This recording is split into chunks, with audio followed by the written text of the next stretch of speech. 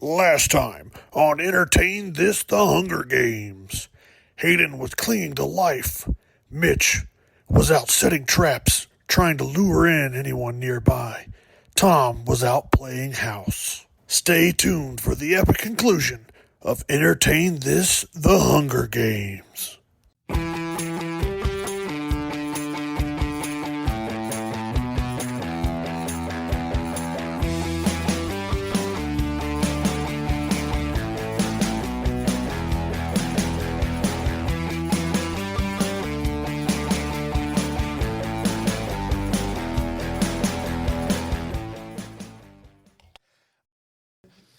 All right, I said Mitch leaves Hayden in the defensive position. Using Hayden as bait, Mitch tries luring a nearby tribute in close for a kill.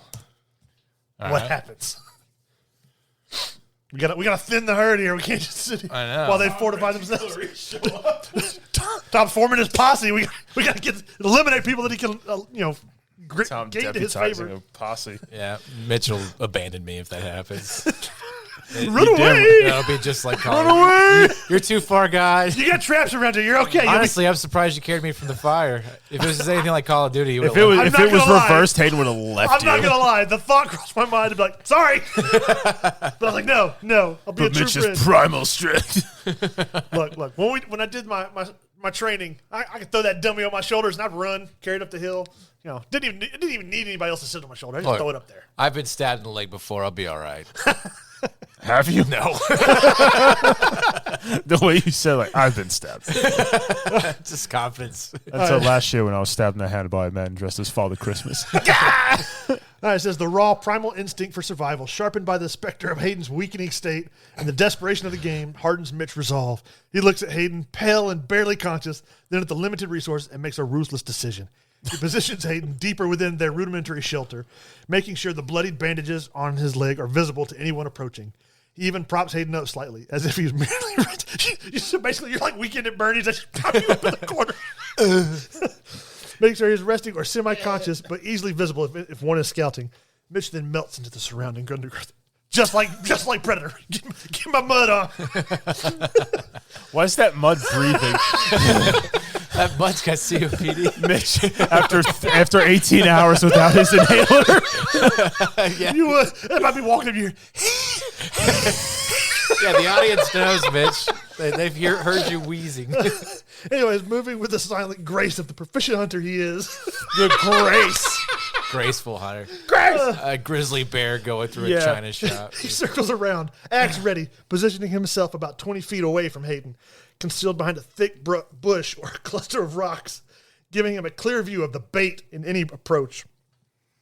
Then Mitch creates his lure. He rustles some leaves just loud enough, perhaps mimics a soft, pained groan that sounds like an injured animal. Ow. Injury. I am super injured right now. He might even let a small, seemingly accidental glint of metal flash from a piece of discarded gear near Hayden. Mitch doesn't think this hard about anything. No. He knows that in the arena, curiosity can be as deadly as aggression.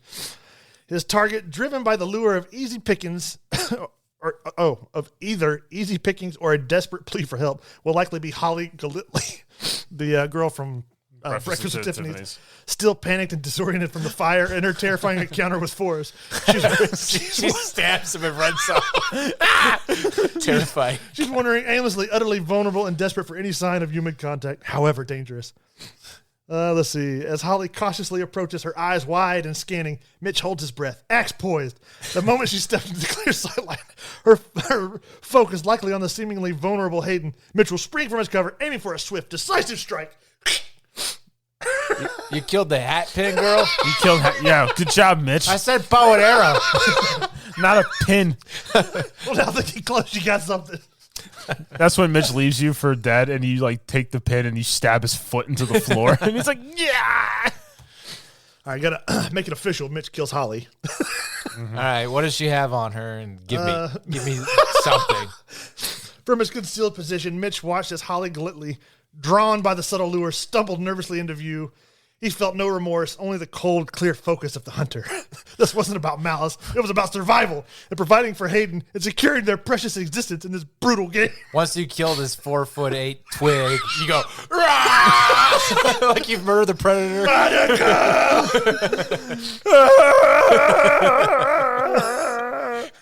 Holly, hearing a sudden rustle, barely had time to flinch, her head snapping towards the sound.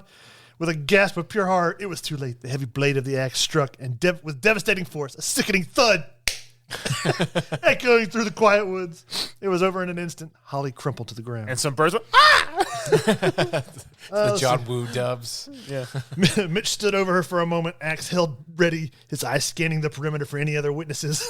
He confirmed the kill was with a single sharp breath, then quickly and efficiently dragged Holly's body deeper into the underground. I'm vicious. Out of the immediate sight before retreating Mitch back to his hidden position. He's just like as he's butchering her body. He's killing people, butchering people, and using you as bait, and you're fading fast, Hayden. I know. Mitch is like humming Breakfast at Tiffany's while he's doing it.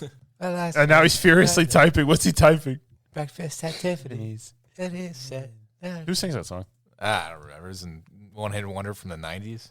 Is it? Is that from the 90s? Yeah. Wow. We're old. Yeah.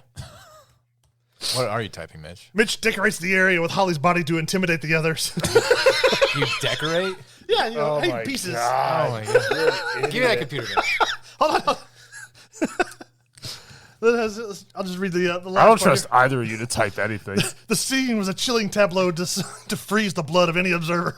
A lone, vulnerable tribute, now definitively dead, serving as a grim testament to the silent, lethal force that lurked in this section of the woods. It screamed, "You are not safe. This territory is claimed. Approach at your own peril." Well, Mitch officially has made Hunger Games rated R. Mitch has gone native. This act of psychological warfare solidified their perimeter, aiming to make other tributes choose a different path. Buying Mitch and Hayden critical time for recovery. Well done, Mitch. Well done. All right, your turn. All right. Okay. Let's force this game on. Okay. I'm going to say the next day, as Tom, Rick, and Clarice are breaking down the rudimentary camp, carefully rationing their food and water, a familiar, steady, thudding sound becomes audible through the trees. It was rhythmic, cadence of someone running, tireless and unwavering. Movement, Clarice whispers, instantly dropping into a crouch, her hand on her utility knife. Tom swiftly brought the bow to bear, an arrow notched, eyes narrowed, scanning the approaching sound. Rick simply leaned against the tree, his expression unreadable. His eyes were sharp. Moments later, Forrest Gump emerged from the foliage. He wasn't running tactically. He was just running. His gait was the same tireless, slightly awkward shuffle. He looked a little disheveled from the night, perhaps still carrying a charred stick, but otherwise appeared unharmed by fire. He seemed genuinely surprised by running to the three, stopping abruptly a few feet away, blinking at them with characteristic innocent bewilderment. "Oh, hi," Forrest said, a voice simple and unthreatening, as if he just bumped into them on a jogging path. Clarice immediately lowered her stance, though not her guard. Her FBI training kicked in. No hostile intent, no weapon, disoriented but not aggressive. She recognized the archetype. "He's not a threat," she murmured to Tom, who slowly lowered his bow, still keeping a wary eye. Rick, however, left out a soft chuckle. "Well, look what the cat dragged in. A simple man. He probably thinks this is some sort of cross-country race." Simple kind of man. Tom, the pragmatic, spoke directly to Forrest. "You need to keep moving, son." I don't know why he called him son. We don't like your kind around here. "Go that way." He pointed away from the camp towards the less dense part of the forest. "And don't look back." Forrest blinked again, taking their stern faces. That's not what I would do. I'd offer him a team up. The bow, the spear, the serious intent. He didn't seem to fully grasp the danger represented or the implications of their alliance, but he understood the direction. "Okay," he said, nodding amiably, and then turned and, without another word, resumed his steady enduring into the direction Tom indicated, disappearing back into the trees as inexplicably as he arrived. Tom, make a move. Oh, stupid. The alliance exchanged glances. Killing Forrest would have been gratuitous, used up energy, and gained them almost nothing Weaklings. beyond his meager belongings. All right, Forrest is running into veto. Yeah, let's do that one. All right. Forrest's going to run him over or something. And kill him on accident. He's going to hit his head on a rock. Gump! Forrest Gump, utterly oblivious to the complex web of strategy and survival unfolding around him, continued his tireless run. His path, guided by instinct rather than any map, eventually led him directly into the vicinity of Vito Corleone's hidden vantage point. Vito, who had spent the night observing, calculating, and now patiently monitoring the forest, instantly spotted Forrest. He recognized the man from the cornucopia, the simple one, the one who just ran. The simple one. He just runs. He watched Forrest's unaffected stride, his lack of situational awareness, and the way he simply moved without apparent purpose. There was no malice in Vito's eyes, no personal hatred, only a cold, detached assessment. Forrest was not a threat in terms of aggression, but he was an unpredictable variable. He couldn't be reasoned with. He couldn't be controlled, and his aimless wandering could inadvertently lead to more dangerous tribute directly to Vito's carefully chosen sanctuary. He was a loose end, a potential liability in a game where control was everything. As Forrest continued his steady pace, about to pass within silent striking distance of Vito's hiding spot, Vito made a decision. Without a flicker of hesitation or emotion, he drew one of the throwing knives. Oh, no. Gump! A sleek, balanced piece of steel designed for silent, lethal accuracy. He waited for the precise moment, factoring Forrest's speed in the trajectory. As Forrest's broad back came into perfect alignment, Vito moved. The knife left his hand in a swift, expert motion, cutting through the air with soft, almost imperceptible whisper. It struck Forrest with a dull thud, burying itself deep into his back. Forrest stumbled. His relentless stride. Something bit me. And then he kept running.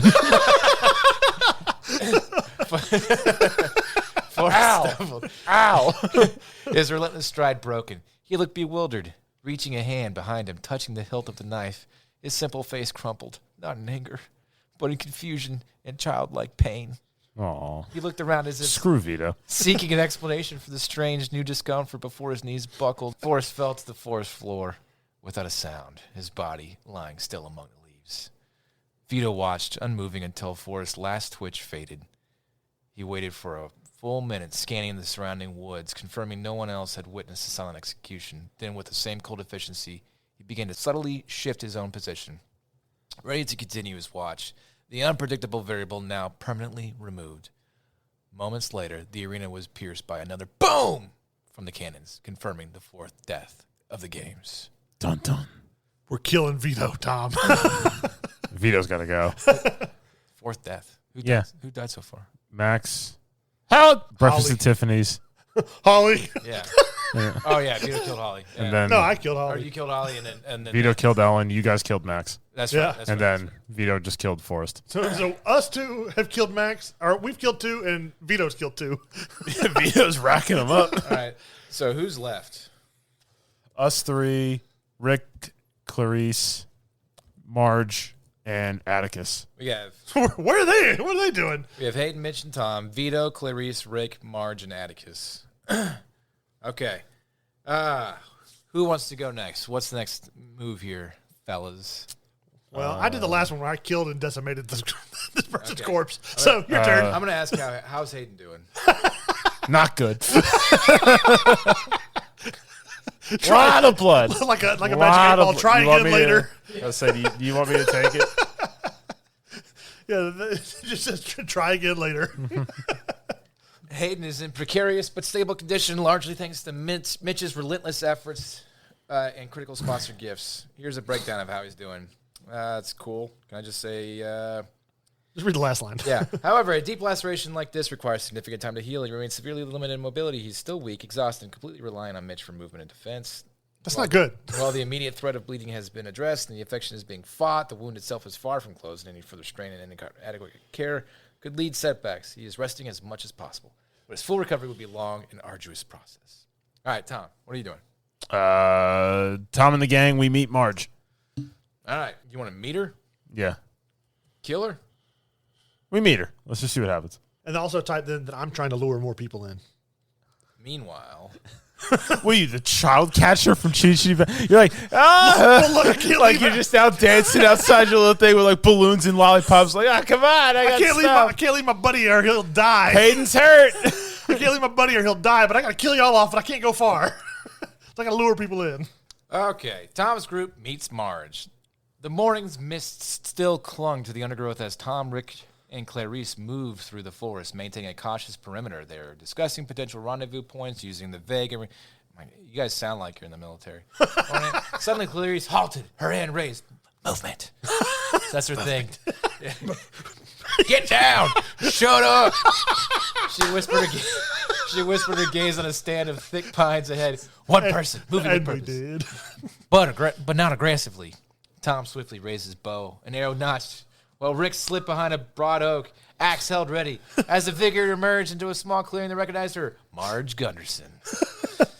Her practical clothes smudged with ash, but her demeanor remarkably calm and collected despite the horrors of the night. She carried a utilitarian knife and a basic pack.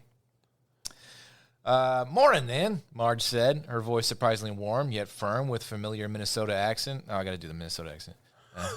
Minnesota? Yeah. He's like, Hang on a minute. Looks like we're all still playing the game, huh? I just divulges into Southern accent. Yeah. Soda pop. All right. Clarice stepped forward slightly, her voice calm and professional. Clarice Starling, this is Tom Reynolds and Rick Blaine. We formed an alliance for survival. We saw cans last night. 2 more. It's getting dangerous out here. Marge nodded slowly. It is. Saw the second one, Ellen Griswold, up close. And the third, little Miss Golightly. Heard the fourth this morning, too. So that's 4 of us gone already. It's a real pressure cooker, this game. This did. you just have this casual conversation in the woods. She impressed. Point a bow and arrow at her like, you. Only one of you can survive, Tom. Make a decision. Well, it says here, Tom lowers his bow, but kept it ready. Our objective is to increase our chances. We believe a collective of experienced minds is the best way to navigate this. We could use someone with your practical skills and judgment. That's how Tom sounds. Literally. You call her Chief. To be honest, I thought it was me talking. Yeah. It was weird. You call her Chief at some point, too. Chief. Yeah. Isn't she a chief in the movie? In Fargo? She's some sort of road cop. She's got a boss. Yeah.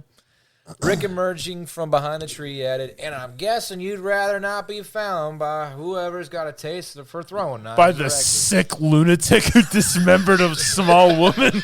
Whatever that hell else they're using out here.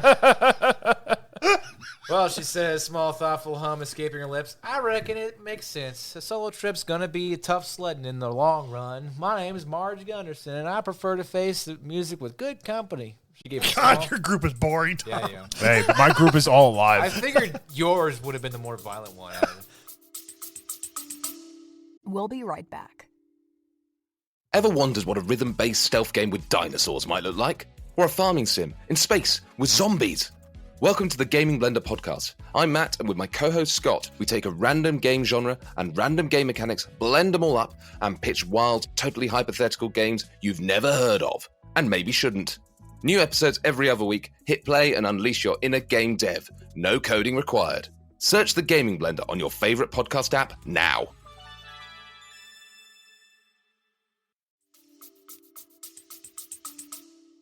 All right, the core alliance That's just gained one That's what we're formidable. waiting on. All right, Mitch continues luring. Meanwhile, miles away, Mitch is still operating grim precision. Having fortified their immediate position and ensured that Hayden was comfortable as possible, he set about reactivating and refining his deadly bait strategy. Hayden, now crucified at the front of the building. Help! All right. From his vantage point, you can see Hayden still impale, still helpless, lure within shelter. Mitch replicated the subtle sounds used before.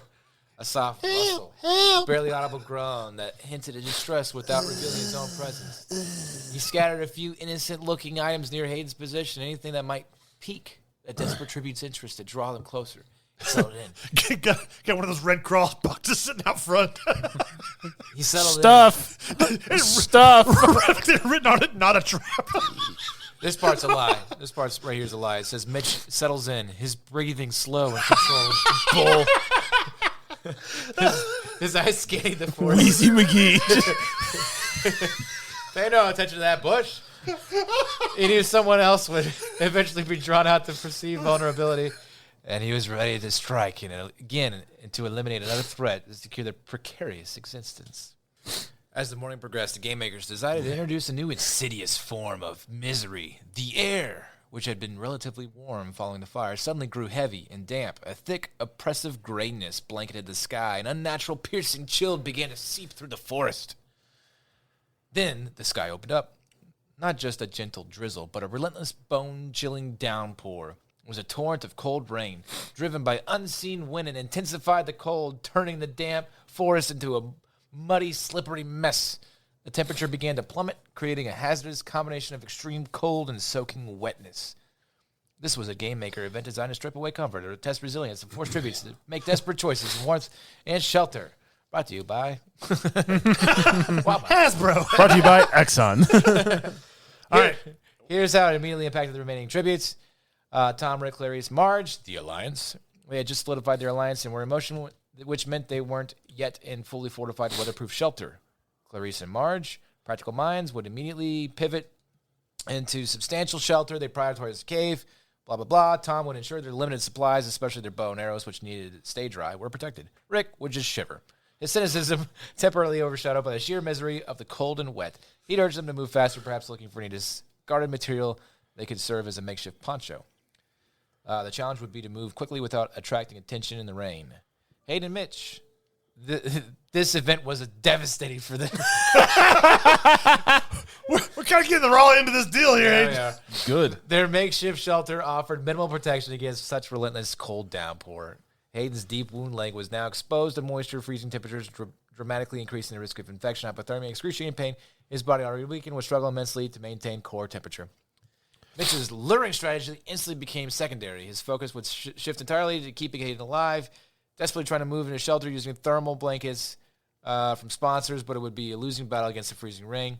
He'd have to consider a desperate move, finding a truly waterproof warm shelter, which means abandoning his carefully chosen fortified position, exposing them to the wider area. You might have to choose between protection from other tributes and protection from the elements. I'm going to cover you with the thermal blankets, and then I'm going hunting while the rain is masking the sound. Okay. All right. I'm going to go find a tribute to kill.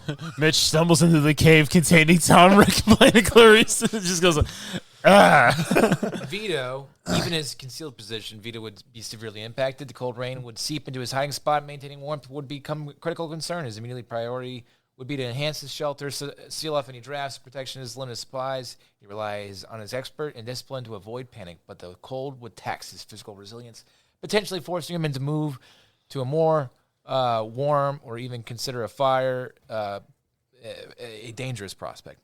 All right, so the arena has become frozen, sodden hell, forcing every tribute to contend with the elements, their most immediate, unforgiving enemy. Yeah, we got to move this along. I got to kill somebody. All right. The brutal onset of the freezing rain forced Mitch to make an agonizing calculation. His survival depended entirely on warmth and shelter. The current makeshift lean-to wouldn't cut it. The luring strategy, however effective, had to be put on hold. His priorities shifted from eliminating threats to persevering their most vital asset, Hayden himself. That's me, most vital asset. Working with desperate urgency, Mitch carefully bundled Hayden in all the thermal blankets they possessed, cocooning him as tightly as possible. He then made a gut-wrenching decision to move, carrying Hayden once again. Mitch plunged into the driving rain. His massive frame shivering by the driven fierce of determination. He pushed them towards the section of the arena he'd scouted earlier, hoping for better cover. His hunter's instinct led him to a small rocky overhang, shallow cave entrance. Cool. So there's something. Hayden, shivering violently, barely conscious, was a testament to the brutal cold. Mitch knew this was only temporary. They needed fire or warmer clothes. Leaving Hayden as safe as he could for the moment, he made it his second equally ruthless decision. The game wasn't about waiting to be found. It was about taking. With his axe gripped tightly, he moved with a purpose. He didn't have to search long. He runs into Atticus Fish. oh, you're going to kill Atticus? Yep. Piece of crap. Atticus, overwhelmed by the sudden brutal change in weather, was not actively hiding or fortifying. He was simply trying to survive the elements. Huddled beneath paltry shelter of large water-dripping fern, shivering violently, his arms wrapped around himself. Futile attempt to conserve heat. Atticus, distracted by the biting cold of his own misery, didn't hear Mitch's approach. Drumming the rain, Mitch moved with a terrifying, silent efficiency that believed... That's right. The verdict is guilty. He didn't hesitate. He didn't offer a warning or even a second thought. Atticus was a means to the end. Mitch moved to strike. What? Piece of crap. He killed Gregory Peck. Mitch. He's nimble, huh? He bow stabs Mitch right in the nuts. Mitch's axe, a cold, heavy blur in the driving rain, swung through with full force of the desperate power. Atticus hunched against the elements, registered a sudden, chilling gust of wind, but before his mind could process the danger, the blade struck. Yes! There was no sound from Atticus, no cry of pain or terror. The strike was too swift, too absolute. He simply crumpled where he huddled, his body slumping against the wet fern, a final shuddering breath. Look, it's me or them. And then he violently defecated himself. It's me or them. Mitch stood over him for only a moment, his chest heaving, not from exertion, but from the raw cold and the chilling efficiency of his act. He quickly rifled through Atticus' meager belongings. Stood in the woods. Stan! I have a disease. Perhaps containing a few scraps of dry kindling or a half-eaten nutrient bar. It wasn't much, but it was something. He then dragged Atticus' body to his discreetly into a deeper thicket, away from immediate clearing, knowing that his visible corpse would only draw unwanted attention. There was no ceremony, no second thoughts, only the cold, hard reality of survival. I'm putting it on a spike. Sick. Almost immediately, the silence of the rain-soaked forest was torn apart by another concussive blast. Boom! Tom, what are you doing? I'm sleeping in the cave. Tom's in the cave with Rick and two huzzes. Okay, that's it? No. Are you like still next to the cornucopia? Have y'all moved? Or y'all just Yeah, hanging we're all out? miles away. spread Oh, okay. out. What does Tom and the team do? It's a 4v1v2 Yeah. now. Tom and the team hunt down Vito. I'll go 1.5, to be honest with you. Yeah, I'm barely alive. yeah. Tom and the company decide to hunt down Vito. The combined intellect of Tom, Clarice, Marge, sharpened by Rick's cynical pragmatism. Rick is like the He's our Hayden. I told you. I told you so. yeah. Turn their attention to the looming threat of Vito Corleone. They knew that he was a strategist and had indirect eliminations of Ellen and Forrest in the freezing rain. Clarice and Marge took the lead, tracking, blah, blah, blah. They found him not through a direct trail, but by reading the terrain. Clarice noted a pattern of disturbed undergrowth that seemed to lead to a particularly dense thicket near a rocky rise, a classic hidden vantage point. Tom drew his bow, arrow notch, with Rick positioned himself to flank, ready to react. Clarice and Marge moved to either side, subtly tightened their net. Vito, a man of profound situational awareness, felt the shift in the air, subtle closing of the trap. He heard a barely audible rustle out of the rain-drenched leaves, too rhythmic to be natural. He knew he was compromised. His eyes, cold and sharp, scanned the encroaching perimeter. He had his throwing knife, a silent killer, but he was 1 against 4. He didn't wait to be cornered. With a sudden explosive burst, Vito launched himself from his hiding spot, not towards an escape, but directly towards the weakest point in their formation. Rick Blaine. Not Rick. Who was armed only with a knife. As he moved, his hand darted, and the throwing knife whistled through the air, aimed squarely at Tom. Really? Yeah. Oh. Who was the most immediate range threat. Tom reacted with the speed of a trained personnel, sidestepping just enough. The knife grazed his shoulder, tearing fabric and So wait, leaving. Rick attacked you? No, No. He went at. He charged at Rick, but threw a knife at Tom. as he was charging. Okay. Tom, you get a shallow but painful cut, and but the knife embeds in a tree behind you. The knife is embedded in a tree behind you.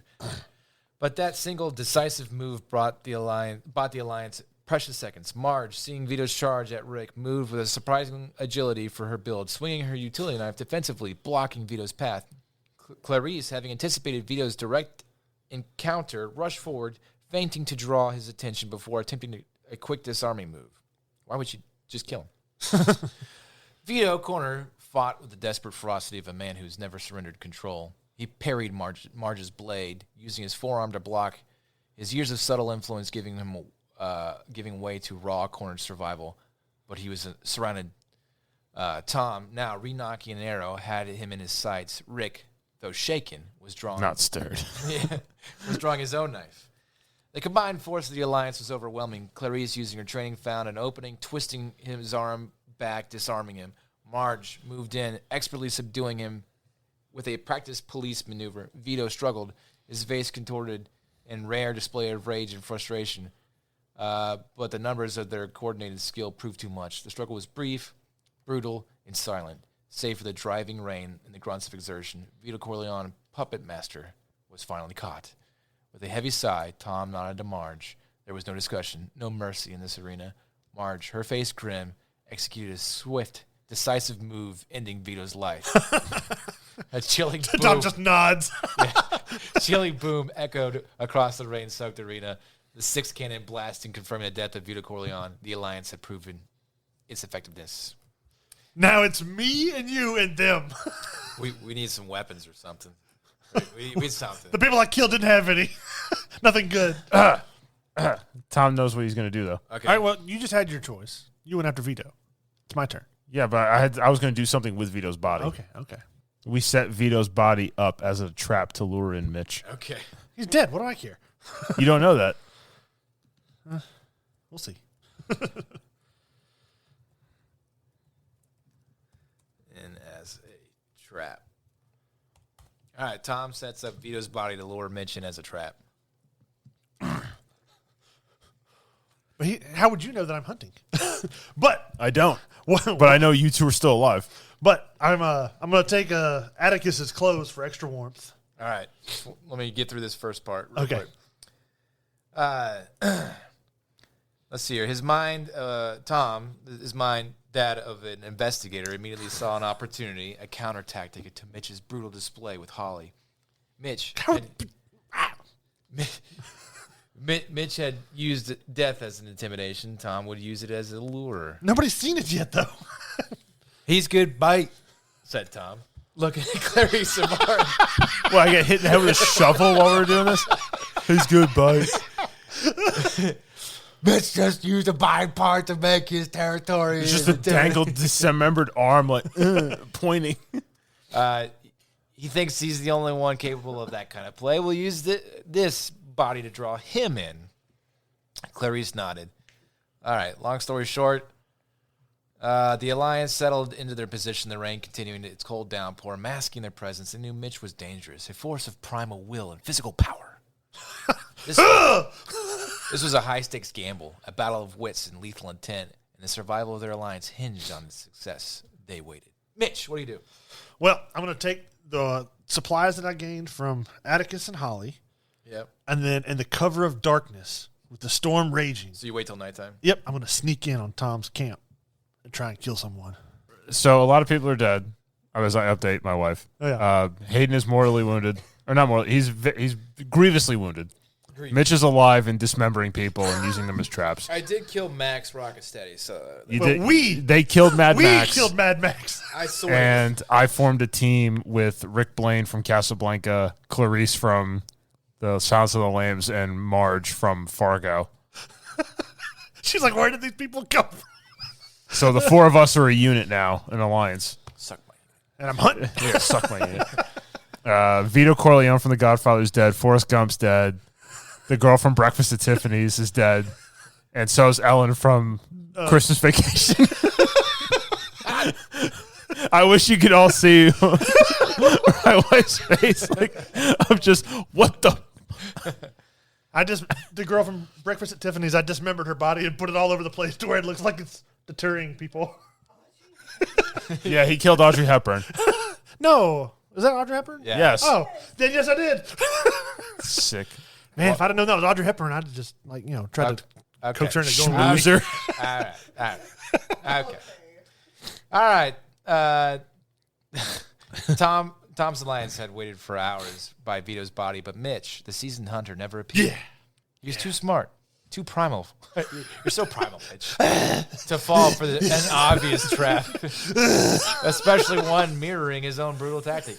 He likely sensed the ambush or simply moved on, knowing a fixed position was a liability. Instead, Mitch spent the waning daylight hours securing Atticus's meager supplies, particularly any dry materials or a small compact tarp if Atticus had one. Useful for insulating Hayden. Just keep taking care of me. Nurse me back to health, Mitch. I've carried him from a fire.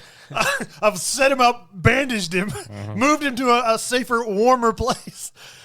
He's such a burden. Under the cloak of the heavy rain, freezing in the freezing moonless night, Mitch launched his counter-offensive. He knew where Tom's alliance was likely to be. They were the smart ones, the ones trying to secure a proper defensible camp. He moved in, terrifying, ghost-like silence that belied his massive frame. They keep saying that. Your massive frame. This is like some big fat guy wheezing and moving through the woods. The only reason you can't see is because it's raining so hard. The drumming rain was a symphony, masking every soft footfall. Exactly. Every rustle of soaked foliage. I'm like Rambo, man. He was clad. He was So clad, stupid. he was clad in dark, damp clothing, a shadow among shadows. He was no longer setting traps to lure. I'm one with the night. He was the trap himself. I'm Batman. Stalking. You're not Batman. I'm Batman. He drew closer to where the alliance had likely settled. Mitch's hunter instincts took over. He detected the faint signs of a disturbed area, a well-chosen defensive position, a natural rock, overhang of clusters, very thick evergreens. And, just as he expected from a group of professionals, he identified the watch. It was Marge Gunderson. Poor old Marge. Her silhouette, bundled against the cold, was barely visible against the dark backdrop of trees. She sat, methodical, alert, scanning the perimeter. She was good. Her eyes were swept with practical rhythm, her posture still, her senses tuned to the rain-soaked wilderness. Mitch froze. A mere 20 feet away, a massive unmoving shadow under the dripping canopy, he assessed Marge's position. A subtle...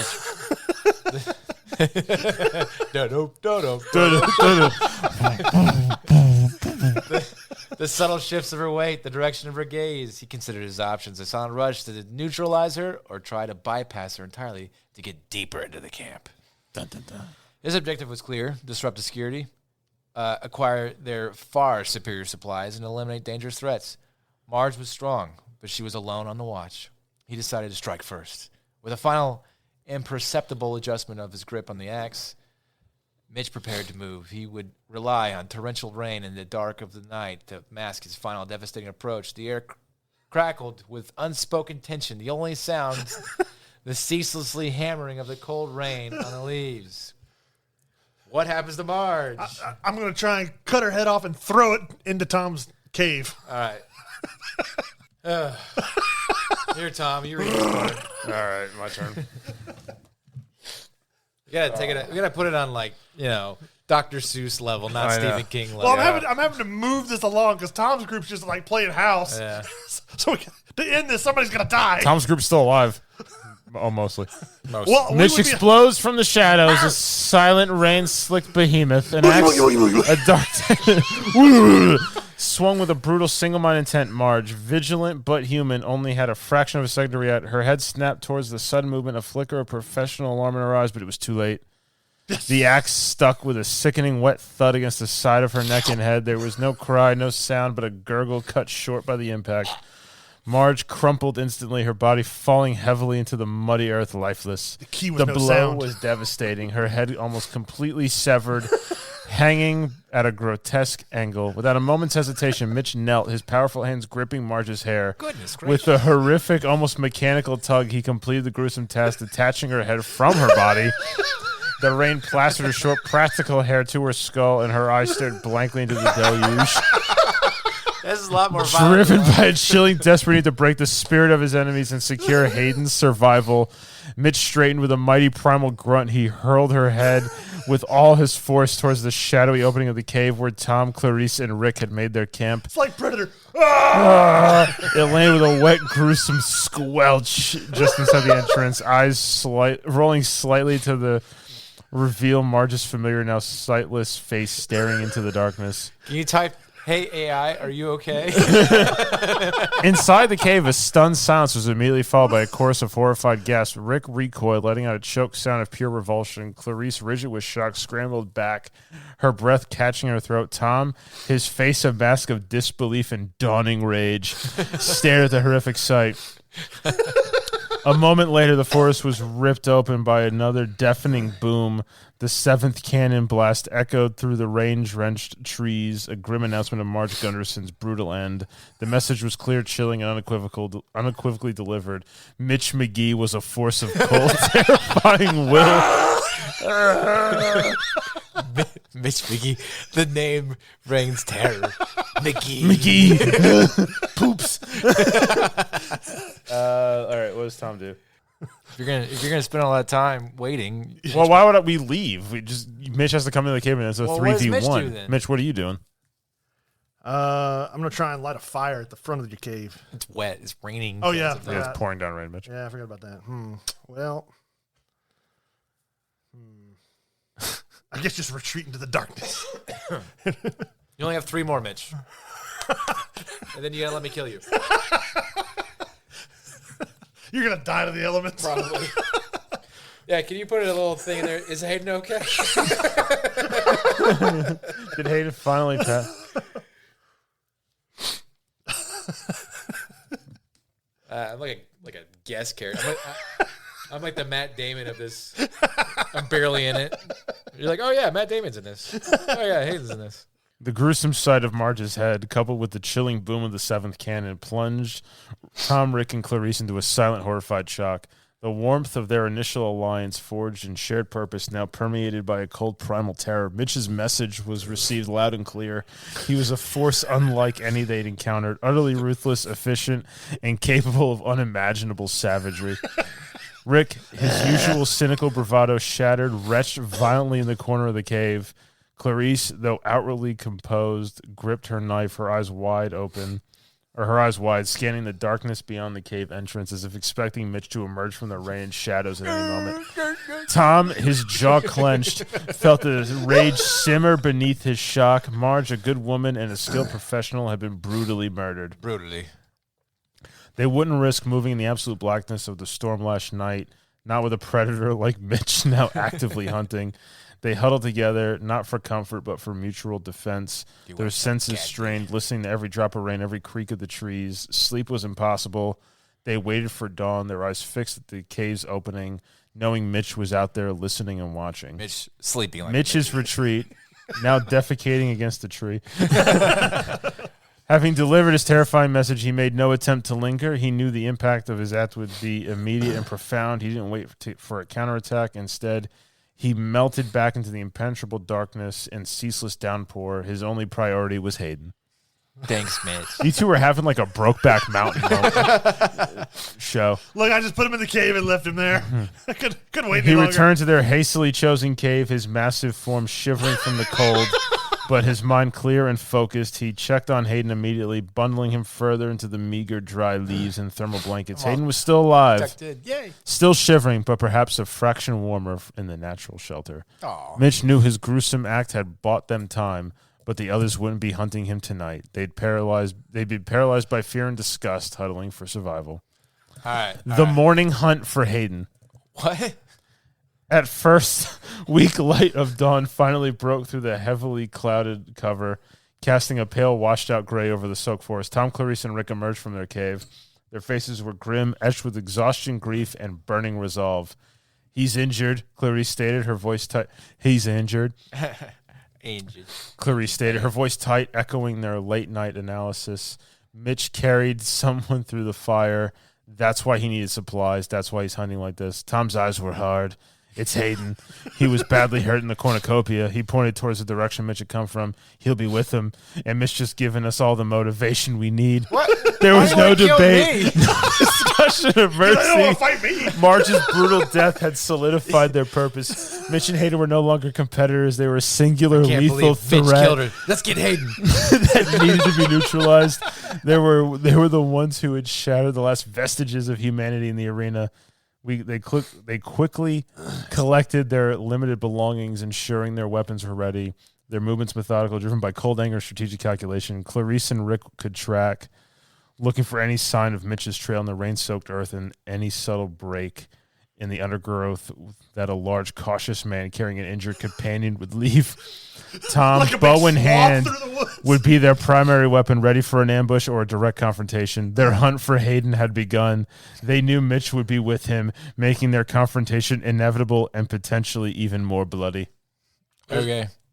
So now what happens? I think we just put Tom, Rick, and Clarice find Mitch and Hayden, and we just see what happens. Well, I want to ask, when y'all come stumbling in, do my traps catch any of you? Make sure that reminds it that it has. Well, you would change location. You didn't set traps at this one. Yeah, I did. No, you didn't. Did I? I don't. No, because you guys had to leave the one because of the rain and find a cave. Oh, well, just ask if you run into any You didn't traps. set any traps. I did it the other place, though. See? Yeah, but that's the other place, not Look, the cave you're look, in. You got to wander through the woods. You might cross it past it. Mitch has been a very busy man. Yeah, I need all the help I keeping can you get. alive. It's 3-on-1. It's a full-time job. It's 3-on-1. I've killed 3 people, and I'm trying to keep him alive.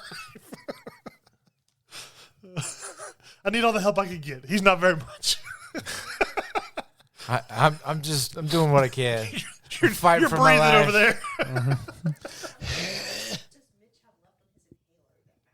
Hey! How many hey, hits hey, do you have left in your inhaler? Hey! Leave me alone. Do you guys hear that? Do the sponsors drop an inhaler? The Alliance, grim and focused, tracked Mitch through the rain-soaked wilderness. Clarice and Rick, with their combined investigative and pragmatic instincts, worked in tandem, following the subtle, heavy signs of a large man carrying another, broken branches that were too high, disturbed earth, the slight widening of game trails. The recent rain made the tracks muddy, but also helped mask any signs of a camp beyond the immediate vicinity.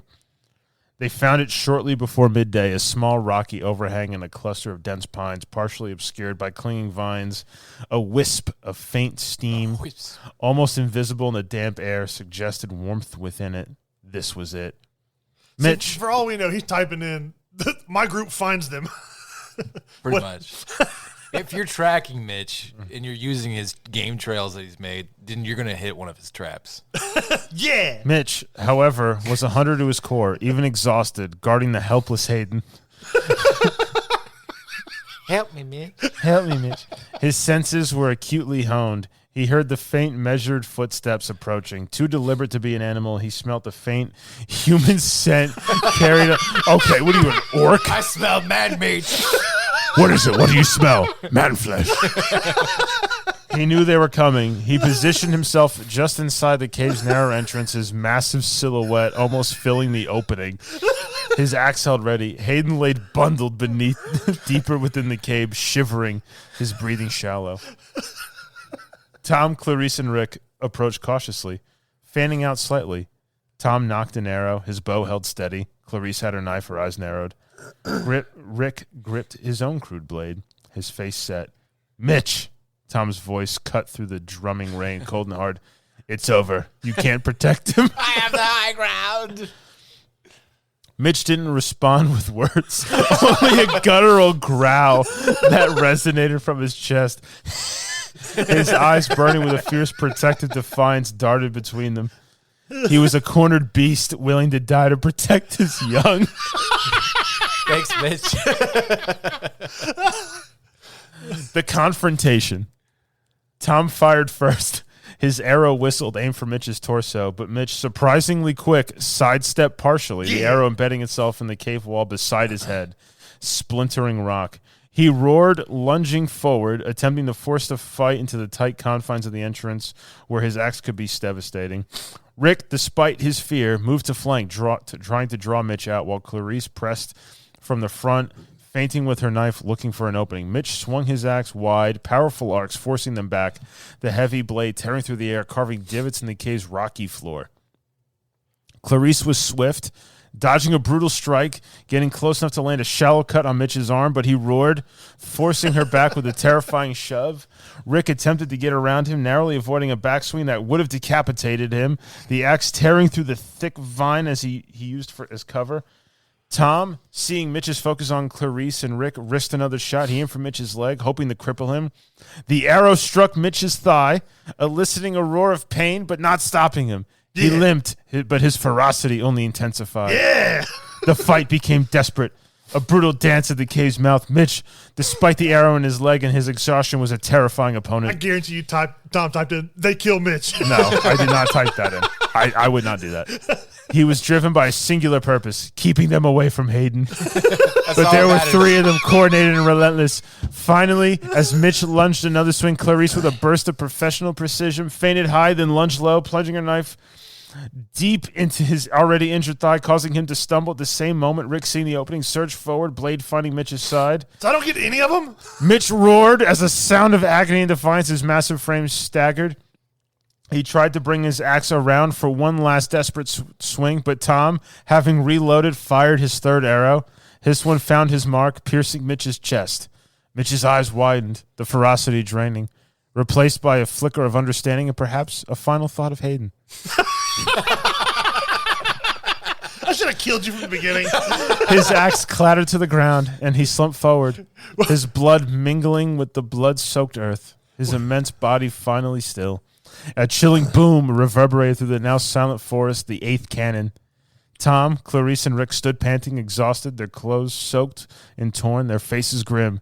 The cave entrance was now clear. Inside, huddled amongst the blankets, lay Hayden, barely conscious, his eyes flickering open at the sudden silence, staring blankly at the three figures silhouetted against the rainy dawn.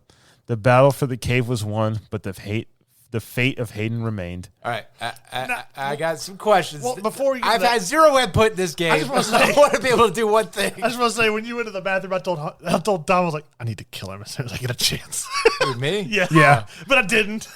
And it bit me in the butt. Thanks, This is Mitch. what you guys How get is for that my making fault? fun of me. All right. It's not our fault you got put on a different Now district. you're dead and you're cornered. All right. He's dead. All right. Type this in. All right. Hayden has gripped the sword, but hidden under the blankets, waiting for somebody to get close enough to strike. And Tom's immediately going to go, well, I'm not getting close. Rick goes over there. Yeah. Tom shoots Hayden with his bow and arrow at distance. You have a limited amount of arrows. You know, we would have been a lot more formidable force if you'd have got off your butt and helped me. I've been dead half this. The heavy silence in the cave was thick, broken only by the steady drumming of the rain outside, the harsh breaths of Tom, Clarice, and Rick.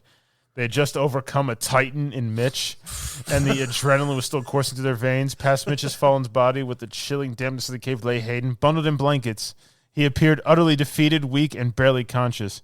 Check him, Tom muttered, still gripping his bow, surveying the scene. Clarice, ever analytical, moved first, stepping carefully around Mitch's prone form. Rick, though shaken by Marge's death and Mitch's ferocity, followed, keeping a weary eye at the cave entrance. Clarice approached the bundled form of Hayden, her knife ready, but her posture that of someone approaching a non-threat. She knelt, reaching out to check his pulse to confirm his status, a formal reality. But Hayden, despite his agony, had been listening. He had endured the cold, the pain, the tremors of Mitch's desperate fight, all while clinging to a single desperate hope. His hand, hidden beneath the thick layers of his blankie, had been tightly wrapped around the hilt of his sword, the very weapon he clung to from the cornucopia, unseen and unsuspected by the attackers. As Clarice leaned in, Hayden's eyes, previously dull with pain, flared with a sudden feral intensity. With a guttural gasp that tore through his injured body, he exploded from the blankets. The movement was jerky, agonizing, fueled by a final surge of adrenaline defiance. The sword, shockingly long and sharp in his weakened grip, swept in a low, desperate arc. It struck Rick Blaine with brutal force. Rick, caught completely by surprise as he stepped up behind Clarice, barely registered the glint of steel. The blade sliced deep across his lower body, a gash that was instantly fatal. Rick gasped, his eyes a mixture of shock and disbelief before he crumbled to the ground, his cynical wit extinguished in an instant. Rick! Tom bellowed, his voice filled with shock and rage. Clarice, reacting with trained reflexes, recoiled violently. She spun, knife raised, her face a mask of horrified realization. Hayden, having spent his last reserves on a single devastating strike, was already collapsing onto his blankets, the sword slipping from his weakened grasp, his body convulsing, his vision blurring. He's all tuckered out. The effort having utterly consumed his life force. Tom's bow was up in an instant, an arrow already in the string. He didn't hesitate. With a final agonizing gasp, Hayden's body went limp. The forest roared with the simultaneous cannon blasts. Boom, boom. Wow, Tom killed both of us.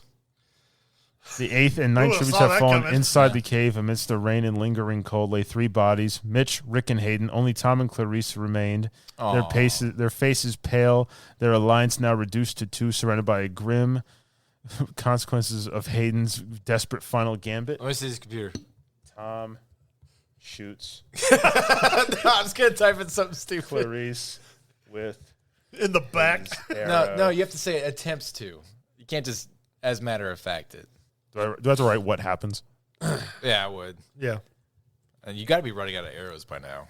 Well, he had a quiver. He, shot 3 or 4? It said he had a few left, like 7 arrows ago. The cave, once a fragile sanctuary, now reeked of blood and betrayal. Rick lay dead, a fresh testament to Hayden's final desperate act. Mitch's massive body still sprawled at the entrance. Marge's head lay grimly by the wall. You took it with you? Only Tom and Clarice remained, the last 2 survivors of their once promising alliance. Clarice, her face pale, crouched beside Rick's body, her hands trembling as she instinctively checked for a pulse she knew wouldn't be there. Her mind, desperate with exhaustion and trauma, was already working, assessing the scene, playing their next move. She was focused on the external threats on the arena beyond the cave. Tom watched her, his own breaths ragged. The cold, hard logic of the games, the ultimate truth that only one could survive, bore down on him with crushing weight. He saw Clarice intelligent, capable, and a formidable opponent. With Rick and Marge gone, she was the last, most dangerous obstacle. The violence of the past hours, the raw brutality witnessed and had participated in, had stripped away the last vestiges of conventional morality. With cold, deliberate resolve that was chilling in its lack of emotion, Tom silently raised his bow. His movements were fluid, practiced, the air already knocked. Clarice's back was to him, her attention fixed on Rick. This was his chance. Punk, do you feel lucky? The arrow zipped through the damp cave air with a faint whisper. Clarice's finely honed FBI instincts, honed by years of training, offered her a split-second warning. Perhaps it was a subtle shift in the airflow, a minute sound at her ears, conditioned to detect the imperceptible, picked up. She didn't have time to fully turn. Her body reacted. An instinctive, almost imperceptible flinch. The arrow struck not her back, but her left shoulder, punching through the thick fabric of her jacket and burrowing deep into her flesh. A sharp, agonizing cry ripped from Clarice's throat, a sound of pain, but more profoundly, a gasp of utter shock and betrayal. Tom's like, I'm sorry to do this to you, Clarice. She staggered, dropping her knife, and spun around, her eyes wide with disbelief and searing pain as she stared at me, at Tom, who stood with his bow still raised, his face grim and unreal. Tom, she choked out, her voice ragged and bloody, already blooming rapidly near her shoulder. The pain was immense, and the betrayal was a colder, deeper wound. Oh, you're not sorry. Tom did not respond with words, only raised his bow again, ready to finish what he started. The final desperate fight for survival between the last arrow? 2 had just begun. You know, we've already made a better movie than The Hunger Games. Just saying. This was a lot better than watching that movie. Yeah. And Tom, what is the outcome? I just said Tom and Clarice fight. What happens? It's thinking. Clarice, her shoulder, a searing agony, stared at Tom, her mind reeling from the shock of his attack with the FBI agent, her stripped bare all but her primal survival.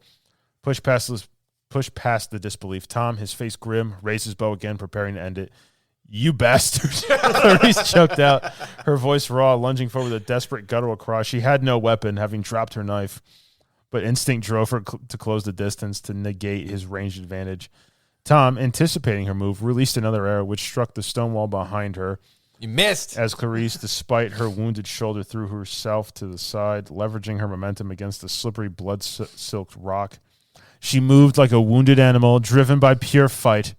She crashed into him before he could knock another arrow. Tom grunted, dropping his bow as they collided, the impact jarring his own weary body. They stumbled against the cave wall, falling into a vicious hand-to-hand struggle. Clarice fought with desperate ferocity, fueled by pain and rage. Her training kicked in, a blur of practice moves she'd learned in defensive tactics.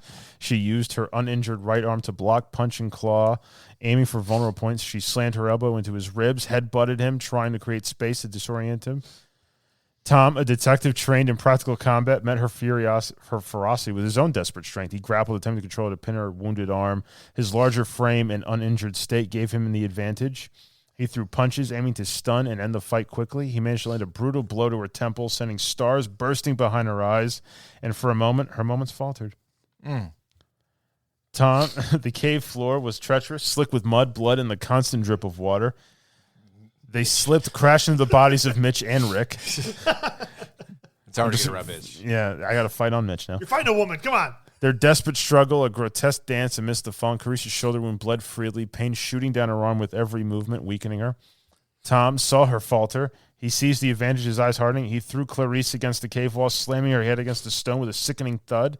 She cried out, her vision blurring, but she refused to yield. In a final desperate surge, she lashed out with a wild, untrained kick, catching Tom in the knee. My knee! He stumbled, letting out a sharp grunt of pain. That fraction of a second was all Clarice needed. With a last desperate lunge, she grabbed a sharp, jagged piece of torn rock from the cave, brought it down with all her main strength, embedding it in Tom's side as he regained his balance. Tom gasped, his eyes wide with shock and pain. He stumbled back, catching his side, blood rapidly blooming. He looked at Clarice, a mix of agony and grim resignation in his eyes. He tried to raise his hand, perhaps to grab something, but his strength failed him. He slid down the cold, wet cave wall, his breath hitching, his body stilling. The rain continued to relentlessly be outside. Then the final boom. Only Clarice remained. Tom That's what you get for being a traitor, Tom. died. Hey, out of all three of us, I lasted the longest. Yeah, you didn't Yeah, kill 'cause you anybody. didn't do anything. You didn't kill anybody the whole game. Oh yeah, he killed me while the other two. While I was fighting two other people. He shot an arrow. Yeah. Yeah. Yeah, he shot me from a distance while I was fighting someone else. 2 hours. I killed Casablanca. Jerk. I didn't do anything. Mitch committed war crimes. Yeah, Mitch went I thought about putting on there like a Daryl from Walking Dead, where I come in with ears on a necklace. All right, it's almost midnight. Get out. It was fun though. That was an enjoyable thing. We laughed a lot. My face hurts. That was pretty wild. I mean, it does make it take a lot longer having to type in the different things, but it was funny. Yeah. Now, we can't help it that you played house half the time while he stayed dead. I was just trying to wrap it up. Like 30 minutes in, like, wow, there's only one person dead. We need to game event this. And Tom's like, I'm going to make friends. Formed an alliance like half the people. Took out the others, let you kill the others, and then killed you and Hayden. Well, somebody had to do something. Yeah, I was waiting to just kill you two because you guys decided to be mean We to offered you to be a part of our alliance. after you were mean to me. How are we mean to you? You two's like, oh yeah, Tom, oh you stupid. Because it wasn't fast enough to get there according to AI. Yeah, you guys are making fun of me and your stupid AI. So I decided, like, okay, I'm going to systematically eliminate the Looks two like of you. the AI got the last laugh then. It did. It was like, no, you don't get to live either, Tom. All right. Well, that was something. That was fun. We'll try and scale it down to smaller, To whatever this was. scenarios. If you enjoyed this, we don't know why. I did. Yeah, Mitch did. Definitely did. It might be fun to do with your friends. Yeah. Well, let us know. Get on our Patreon. We'll get you on the podcast. If you think Mitch should have won, or Hayden should have won, or Tom should have won, let us know. We'll give like on our Patreon. We'll do like a character sheet, like a basic 5 questions thing, and then have our patrons be a part of the next scenario, which will be much smaller. Yeah. All right. We can still do a Hunger Games, though. Yeah, maybe. We could. We could do with something. We could do specials. But that was it for this episode of Entertain This. We hope you enjoyed it, and we'll catch you on the next one. I'm Tom, I'm Hayden. I'm Mitch. and we'll see you later. Goodbye. All right, get the hell out of my apartment. All right. So here's the idea. You split that.